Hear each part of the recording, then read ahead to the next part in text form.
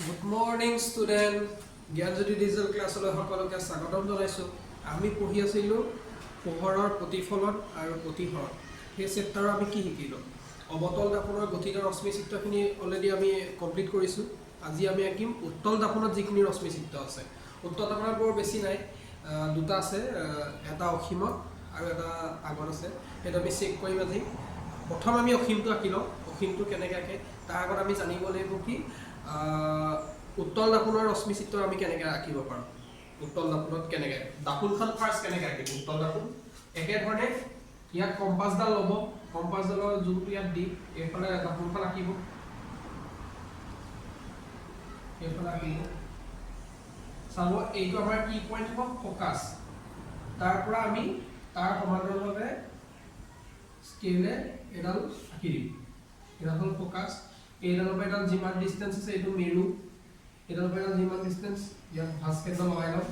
সেইটো টাইপত এইখিনিলে যিমান আছে ইয়াৰ পৰা ইয়ালৈ আমি সমান ডিষ্টেঞ্চ জুখি ফ'কাছ আৰু ভাঁজ কেন্দ্ৰ লৈ লওঁ। ভাঁজ কেন্দ্ৰ লৈ লওঁ। এতিয়া আমাৰ লক্ষ্যবস্তুটো আমাক ক'ত আছে বুলি কৈছে, অসীমত। আগতে আমি কি কৈছিলোঁ যে লক্ষ্যবস্তু যদি অসীমত থাকে, আমি অসীম বুলি ক'লে আমাৰ কোনো নিৰ্দিষ্ট আমি তাৰ লক্ষ্যবস্তু এনেকৈ ৰাখিব নোৱাৰোঁ, এনেকৈ আমি ৰাখিব নোৱাৰোঁ, হয় নাই? য'ৰ পৰা আনিম তাক এনেকৈ দণ্ডত দি আনিম, সেইখিনি শিকাইছোঁ অলৰেডি। এতিয়া আমিও অৱতল দাপোনত যেনেকৈ ধৰণে আঁকিছিলোঁ উত্তল দাপোনতো একেধৰণে আঁকিম। আমি বাহিৰৰ পৰা আনিম, দণ্ডত লাইনত আঁকিম। এইটো আমি ইয়াত নাৰাখোঁ, আমি আমাৰ ক'ত কৰিব, দাপোনত কৰিব। দাপোনত কৰি কেনি যাব লাগে, ক'ৰবাত প্ৰতিফলন হ'ব, কোনোবা এটা জেগাত গুচি যাব। দাপোনত কৰাৰ পিছত এনেও পোহৰটো আমাৰ য'ত ত'ত যায়, সেই বস্তুটোৱে আমি আঁকিম এতিয়া। আৰু ফ'কাছৰ সমান্তৰালভাৱে আছিলে।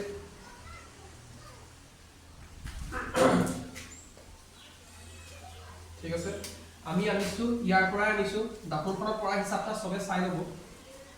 অসীমটো ধৰি লৈছোঁ ইয়াত দণ্ডত লাইনত আনিছোঁ, আনি পিনি ডাইৰেক্ট আনিছোঁ দাপোনত পৰিছে। দাপোনত পৰাৰ পিছত কেনি যায় বুলি কৈছিলোঁ, আমি অৱতল দাপোনত কেনি আঁকিছিলোঁ, ফ'কাছৰ মাজেদি পাৰ হয় বুলি কৈ আছিলোঁ। এতিয়া আমি এইটো ফ'কাছৰ মাজেদিয়ে নিম, কিন্তু কি হ'ব, ফ'কাছৰ মাজলৈ যদি যায় আমাৰ এখন দাপোনৰ বেক চাইডটো পৰি যাব নাই, এতিয়া পিছ চাইড পৰি যাব। কাৰণ এইখন আমি কি দাপোন আঁকি আছোঁ, উত্তল দাপোন আঁকি আছোঁ। গতিকে আমাৰ দাপোনৰ বেক চাইডে পৰি যাব। গতিকে হ'লেও আমি সেইটো টাইপতে আঁকিব লাগিব। ডট লাইনেদি নিব দাপোনৰ বেক চাইড, যিহেতু ফ'কাছৰ মাজেদি পাৰ কৰিব, গ'ল ফ'কাছৰ মাজেদি। কিন্তু আমি যিডাল আঁকিম ইয়াৰ সমান্তৰালভাৱে ওপৰলৈ স্কেলে সিডাল ৰশ্মিডাল টানি দিব ওপৰলৈ। আমাৰ কেনি গ'ল, এইফালৰ পৰা পোহৰ আহিলে ইয়াত পৰিলে, ওপৰলৈ গ'ল। এই ওপৰলৈ যোৱাৰ এংগুলটো নিজে চাই ল'ব, এডাল ইয়াৰ সমান্তৰালভাৱে যাব লাগিব। ফ'কাছটো আমাৰ এইফালেদি ফ'কাছেদি গৈছে, কিন্তু আমি এনেকৈ লৈ গৈছোঁ। সেইটো ধৰণে আঁকিব। একেধৰণে তলতো যাব পাৰে। এইফালেদিও যদি আমি মাৰি চাওঁ টৰ্চ বা কিবা এটা, এইফালেদি গৈছে, ৰশ্মিডাল গৈছে, দাপোনত পৰিছে, কেনি যাব বুলি ক'লোঁ, ফ'কাছেদিয়ে যাব। ফ'কাছত লগাই দিয়া, ডট লাইনেদি ফ'কাছত লগাই দিলা, দি পিনি এইটো চাইডলৈ লৈ গুচি আহিলা, এইফালে গুচি গ'ল। এইটোৱে হ'ব আমাৰ কি, লক্ষ্যবস্তু যদি অসীমত থাকে তেতিয়াহ'লে তাৰ আমাৰ গঠিত ৰশ্মি চিত্ৰ। গঠিত ৰশ্মি চিত্ৰটো এনেকুৱা হয়। ইয়াৰ এতিয়া আমাক কেইবাটাও আমি বস্তু উলিয়াব লাগে। আমি আগতে উলিয়াইছিলোঁ কি, আকাৰটো উলিয়াইছিলোঁ আৰু কিবা কিবি কেইবাটাও আমি উলিয়াইছোঁ। সেইখিনি আমি চাম কি কি হয় কি কি নহয়, সেইটা আমি চাওঁ আহা।